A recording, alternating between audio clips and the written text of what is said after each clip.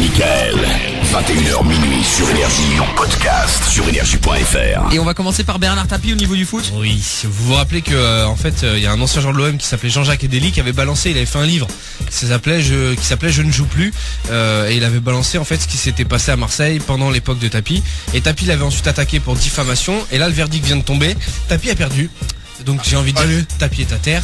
Oui, bien. Tapie est à terre, oui. Puisque le joueur en fait a eu le droit, je ne connaissais pas je sais pas comment on appelle ça, ce contre-argument quoi pour perdre. Et le joueur a eu le droit au bénéfice de la bonne foi. Je ne savais pas que ça existait quand t'attaquais quelqu'un en diffamation. Bénéfice de la bonne foi. Voilà, il a eu le droit au bénéfice de la bonne foi. Je ne sais pas ce que oui, le fait que non, je sais pas. Non, je sais pas. C'est le bénéfice de la bonne foi, c'est quand t'as eu une information et que tu l'as cru quand tu l'as révélé. En fait que tu ne pouvais pas soupçonner que c'était faux. D'accord, ok. Il s'y connaît, Toff, hein. Tu n'as pas dit sciemment de la merde. D'accord, ok. Sinon il y a Antoine Verrat qui a été nommé au poste de directeur général de l'OM. Très bien. Bon, parfait. Et puis d'autres infos aussi là. Ouais, il y a Drogba qui a déclaré aujourd'hui qu'il allait partir de Londres à la fin de l'année et qu'il signerait soit Milan, soit au Barça. Ou au C'est lui qui PSG. l'a dit. Non, il l'a pas dit ça. Donc il vaut 40 millions. Niveau transfert, il y a Keita le Lyonnais qui joue pas trop à Lyon, qui intéresse Manchester, Newcastle et Tottenham. Et à Manchester justement, il y a Cristiano Ronaldo qui pourrait prolonger son contrat jusqu'en 2014. Donc ça veut dire un contrat il est de marié quoi. 6 ans. C'est Le son club. problème c'est que sa mère veut qu'il joue au Real Madrid. Elle est portugaise, sa mère. Ouais, mais elle rêve de le voir un jour porter le maillot du Real. Elle rêve. Peut-être Mais lui, je crois qu'il a de choisi le voir là-bas. Là, il a vraiment choisi. Ouais, je pense pas qu'un mec comme lui, il va tu vois, c'est un flambeur. À mon avis, il va changer au moins une ou deux fois de club, quoi. Il va pas rester toute sa vie dans le même club. Ça m'étonnerait. Enfin, on verra. Très bien. Il y a le gardien niçois Hugo Lloris qui est suivi par le Milan AC et qui voudrait l'acheter.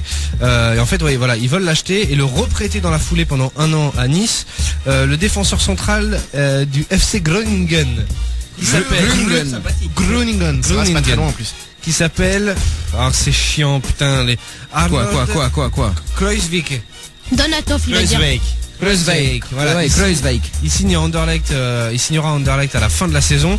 Il y a aussi Lens qui est sur un coup, puisque apparemment en fait il voudrait agrandir le stade de, en fait en ce moment le stade Bollaert est à 40 000 places, et il voudrait l'agrandir à 50 000 places vers 2010-2011.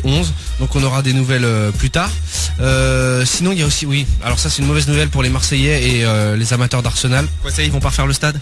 Non, c'est pas ça. C'est qu'en fait il y a Samir Nasri, donc qui revient de blessure depuis peu de temps, qui est parti jouer avec la France à Prime, et il vient de se reblesser. Ah bon? Donc les Marseillais ne pourront pas avoir Samir Nasri. On sait pas exactement ce que c'est ou pour combien de temps il en a. C'est pas une blessure grave, ça on en est sûr. Et pareil pour Mathieu Flamini qui revenait de blessure et qui repart à Arsenal blessé. D'accord. Voilà. Sinon je le répète aussi, il y a Belgique qui rencontrera le Maroc et ça sera au stade du Roi-Baudouin. C'est le 26 mars. Retrouve l'émission sans interdit dans son intégralité sur michael.fm ou tous les soirs dès 20h sur Énergie.